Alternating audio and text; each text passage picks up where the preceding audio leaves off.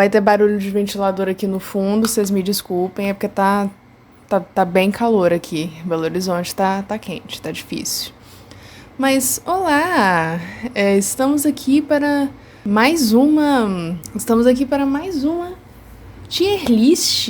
A última vez que eu fiz foi ranqueando as armadilhas de jogos mortais, e foi uma que eu peguei aleatoriamente aqui no site. Essa aqui não, essa aqui eu fiz. Eu botei todas as creepypastas que eu consegui pensar e eu vou ranquear elas aqui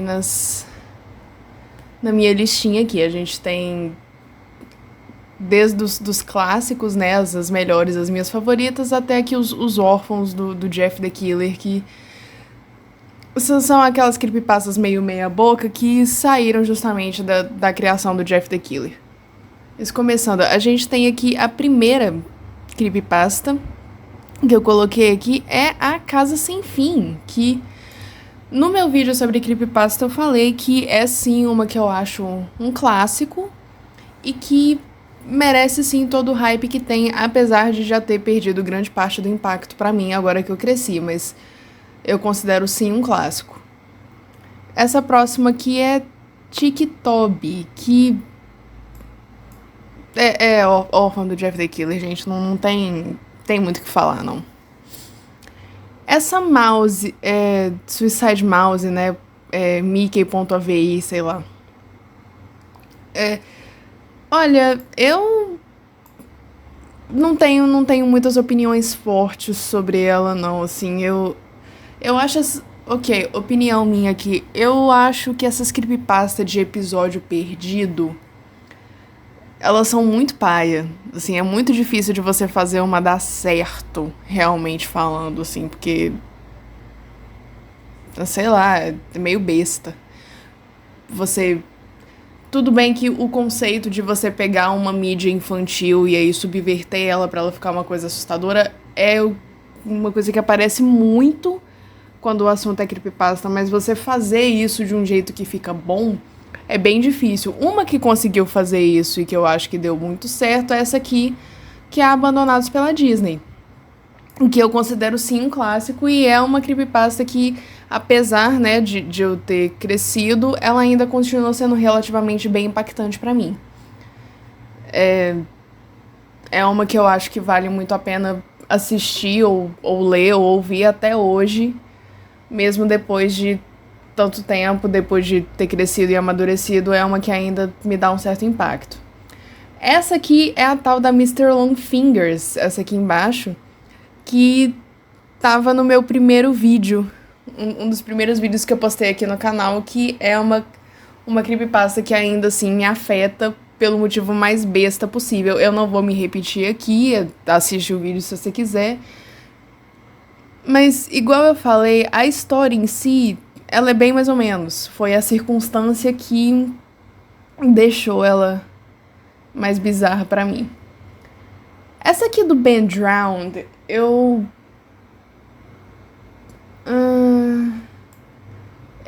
não sei se eu coloco aqui em legal ou mais ou menos. Legal pelo fator nostalgia, ou mais ou menos porque é uma história muito meia boca. Eu vou colocar aqui no legal. Eu vou deixar aqui no legal. Essa do Sonic, ela é terrível, gente. Ela é muito péssima. Eu não gosto dela. Ela é muito ruim, muito meia boca, muito mal feita. Agora, indo pra Lua Pálida, é uma que eu gosto até hoje. Se eu não me engano, eu já cheguei a jogar uma versão, né, de Lua Pálida que tem aí na internet, e é um jogo bem legal. Se você gosta desse negócio de texto-aventura e tudo mais, é um jogo bem bacana. Mais uma aqui, órfã do Jeff the Killer, porque não tem outra coisa.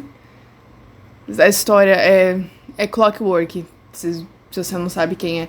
É uma história muito besta, assim, no mesmo nível de TikTok. É uma história muito besta, muito nada a ver, mal escrita pra caralho. E que basicamente era só... Dá pra ver que era tipo uma pessoa que queria criar outro personagem pra tentar ser tão icônico igual o Jeff the Killer era, mas não pegou. Acho que nenhum deles pegou, realmente. Essa aqui é outra de episódio perdido, Dead Bart, que... Assim, eu não vejo a graça nela. Sinceramente, eu não vejo a graça nela. Até porque essa imagem aqui, que é a que geralmente vem associada, nem é uma fanart do episódio, não. É tipo, literalmente um print de um episódio de Halloween dos Simpsons. Então, assim... Essa The Rake... Ó... É mais uma que... É mais a imagem que me pega, mas a história em si, ela é até bem interessante. Essa coisa de ser uma coisa mais uma lenda urbana, um criptídeo, né? Eu nem sei como é que fala isso em português. Mas eu acho bem interessante, é bem bacana. Agora, as backrooms começou muito da hora e aí foi expandindo. É um projeto de escrita colaborativa, igual o SCP, que tá aqui um pouco mais pra frente. É um projeto de escrita colaborativa e eu gosto muito disso, de ver, tipo, universos expandindo através da criatividade dos usuários. Eu acho isso tão legal, tipo, tão maravilhoso. Eu vou deixar aqui no Boas porque, pra mim, tá muito nova pra ser um clássico. Pelo menos todo esse conceito de backrooms que a gente conhece hoje em dia, pra mim, ainda tá muito novo pra ser considerado um clássico, mas ela é muito boa e eu tenho bastante interesse nisso, sim, e pode ser, talvez, que algum dia eu até faça um vídeo sobre.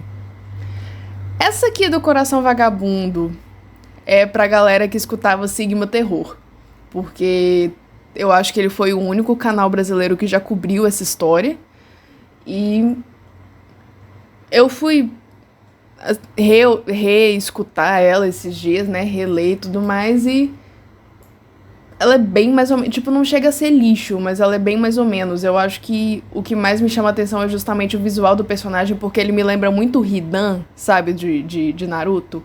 Ele me lembra muito Hidan, então eu acho que é por isso que chama tanto a minha atenção. Órfã do Jeff the Killer meio que literalmente, porque esse carinha aqui é literalmente o irmão do Jeff, que fizeram uma creepypasta sobre ele, assim, zero necessidade.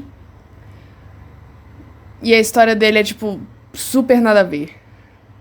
Não precisava. Porque até onde se sabe, o Jeff matou o irmão dele. Não faria sentido ele ter sobrevivido no final da história, mas enfim. Quarto Zero, Room Zero, é outra muito... Não chega, pra mim, não chega no mesmo nível de Abandonados pela Disney. Essa Room Zero aqui, eu não sei se é uma sequência ou uma prequel de Abandonados pela Disney, mas não chega a ser tão boa quanto. Mas é bem legal ainda. A Nora Petrova é uma que veio na minha cabeça, eu lembrei da existência dessa história porque eu fui no cinema assistir Baby Girl, né? E aí um dos trailers que passaram antes de exibirem o filme era do filme A Nora, que inclusive a Mikey Madison, que interpreta a personagem principal, foi indicada ao Oscar de Melhor Atriz. O filme ainda não saiu no Brasil, quando saiu eu vou querer assistir. E aí eu vi o nome e aí eu fiquei, a Nora, de onde que eu ouvi esse nome? E aí eu cheguei em casa e eu lembrei, a Nora Petrova. Eu não sei se eu coloco aqui no clássico ou na boa, porque... Eu considero a Nora Petrova uma história muito bacana. Assim, ela é bem legal. O formato dela, né, todo de ser um e-mail. E é bem incrível, sabe? Uma coisa que eu dou crédito pra Nora Petrova é que é uma história bem incrível. Então, eu não sei se eu coloco aqui no... Eu vou deixar em boa. Porque é uma história que eu praticamente tinha esquecido da existência dela e eu só lembrei por causa do trailer de um filme, então assim... Essa The Grieving, eu acho que foi a primeira vez que uma creepypasta de episódio perdido foi realmente reconhecida pelos criadores, né? Porque o Incrível Mundo de Gumball chegou até a fazer uma zoeira com The Grieving. Mas... outra creepypasta besta, meio lixo, porque o que seria o episódio em si, ele é, tipo, muito, muito ridículo. Mas, enfim. Eyeless Jack, mais ou menos. Assim, só não vai pro lixo por muito pouco, porque eu gosto bastante desse conceito de criptídeos, né? Igual eu falei aqui do The Rake. O Eyeless Jack tem bastante disso, de criptídeo. Jane the Killer, dispensa comentários, offer do Jeff the Killer. Jeff the Killer, acho muito paia. Eu já falei que o que me assusta é a foto, eu até fiz o vídeo que eu falei sobre creepypasta, o que assusta é a foto. O Jack Risonho, eu tenho uma relação meio de amor e ódio com ele, porque eu não sei se eu já comentei isso, mas eu tenho medo de palhaço. Então, assim, mas ele não é necessariamente o tipo de palhaço que me dá medo, fraga, mas esse visual meio de mosquito da dengue dele eu acho muito engraçado. É uma daquelas histórias que tem uns momentos em que fica um gore gratuito, sabe? Que eles estavam construindo até uma coisa mais psicológica no começo, bem fracamente, bem meio merda, mas eles estavam construindo uma coisa mais pro psicológico e aí apelou pra um gore meio desmedido e que pra mim estragou um pouco a história, mas ainda assim, essa figura do Jack Risonho é uma que eu acho bem interessante, então eu não sei se eu coloco aqui no mais ou menos ou se eu vou colocar no mais ou menos. Não, aqui ó, mais ou menos. Essa do experimento russo, cara, é uma que até os últimos 3 parágrafos. Últimos 3 não, né? Acho que os últimos 2 parágrafos. Acho que até os últimos 2 parágrafos, até o monólogo de um dos pacientes, entre aspas, é uma história que eu acho muito legal. Mas aí chega esse monólogo, pra mim ela fica meio ridícula. Mas eu vou deixar aqui no Clássicos porque é o lugar onde ela merece estar. SCP também vai pra cá porque é o caso parecido com as Backrooms. É uma coisa que começou bem simples, mas aí foi expandindo toda essa coisa de um projeto de escrita coletiva. Eu acho muito legal, muito bacana. E eu adoro ler esse universo expandido da SCP. Inclusive, a minha SCP favorita, se vocês quiserem saber, é aquela lá do Not Another Murder Monster. Eu esqueci o número dele. Mas é aquela que é tipo...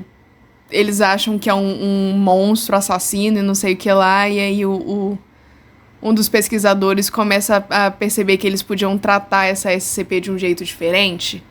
E aí o bicho aprende a cozinhar e ele é tipo um fofo, ele é um querido. Eu acho que é a minha favorita. Eu não lembro o número, mas eu vou colocar aqui na edição. Essa 1999, muita gente considera como uma das creepypastas mais assustadoras de todas e não sei o que. Eu não vejo. Eu não entendo. Assim, é legal, mas eu não acho ela tudo isso que todo mundo fala. Então eu vou deixar aqui no legal mesmo. Essa Happy App eu nunca entendi. Eu vou deixar no mais ou menos porque eu genuinamente nunca entendi ela. Mas eu só lembro porque ela é bizarra. Petscope. Direto pro clássico, porque ela é muito, muito, muito boa. E é uma que até hoje me pega um pouquinho. Bem pouquinho, mas me pega. É por causa de toda essa construção da história. Eu acho a construção da história muito boa. Era uma pessoa que realmente... O autor, né? Uma pessoa que realmente gosta de escrever. E é legal. Penpal também vai direto pra cá, que eu nunca tinha me atinado pra isso, mas aparentemente o criador de Penpal publicou essa história como um livro mesmo. Eu não tinha certeza se isso era verdade, mas aparentemente é. E bom pra ele, cara, de verdade, porque é uma história bem bacana. Não é tão assustadora igual todo mundo diz que é, mas ela é muito boa e muito bem escrita. Então, eu acho que merece sim o lugar aqui no clássico. Essa aqui, Um Favor por um Favor, é uma que eu gosto bastante, mas eu não colocaria no clássico justamente por não ser tão conhecida assim. Eu acho que não é, né? Mas ela é muito legal. sobre pacto com o diabo e não sei o que lá, não sei o que lá. Mas ela é bem bacana, se vocês tiverem curiosidade, leiam, porque ela é muito boa. Slenderman, eu já falei a minha opinião sobre Slenderman, eu não acho, tipo, isso tudo. O começo foi bem interessante, quando eram só aquelas 3 ou 4 fotos do concurso do fórum. Tinha uma mitologia básica, mas também legal. Mas aí, conforme o tempo foi passando, foi ficando muito exagerado e muito chato e muito paia. Então eu vou deixar aqui no... Eu não sei se eu coloco no clássico por causa da relevância dele ou se eu deixo no mais ou menos por eu achar as histórias que saíram dele meio meia boca. Eu vou deixar no clássico, mas puramente pela relevância do personagem, não pela qualidade das histórias. Smile Dog... eu vou deixar no legal. Eu acho que ela tá bem...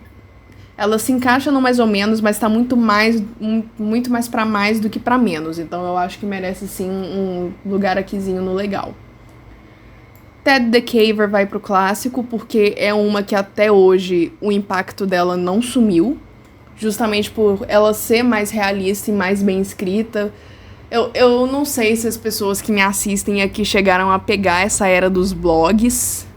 Mas eu lembro de ler bastante blog quando eu era mais nova. Então, blog, comunidade do Orkut, essas coisas, eu cheguei a pegar essa época, apesar de eu ser relativamente nova pra isso. Essa Ted the Caver, ela é realmente um clássico, gente. São 11h30 da noite, então vocês não...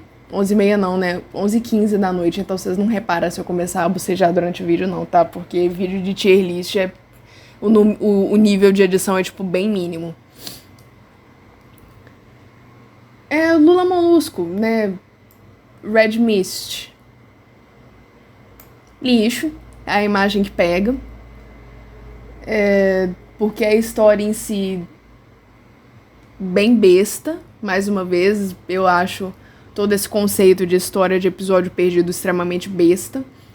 Tales Doll, lixo. Nunca entendi. Essa aqui...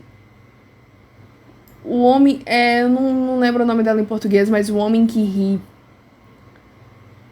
Ela é boa. Ela é boa, cara. Eu nem sei se dá pra considerar ela exatamente uma creepypasta, porque é uma dessas histórias do No Sleep, do Reddit, sabe? Mas eu acho ela bem legal e como eu não sei se pode ser considerada uma creepypasta ou não, eu coloquei aqui. Então eu vou deixar aqui no legal. Tommy Taff. Eu dei a minha opinião sobre Tommy Taff, que perdeu bastante do impacto que tinha pra mim. Então eu não sei se eu... Mas ainda assim, pra mim é uma história muito icônica. Então eu não sei se eu coloco no boa ou se eu coloco no clássico.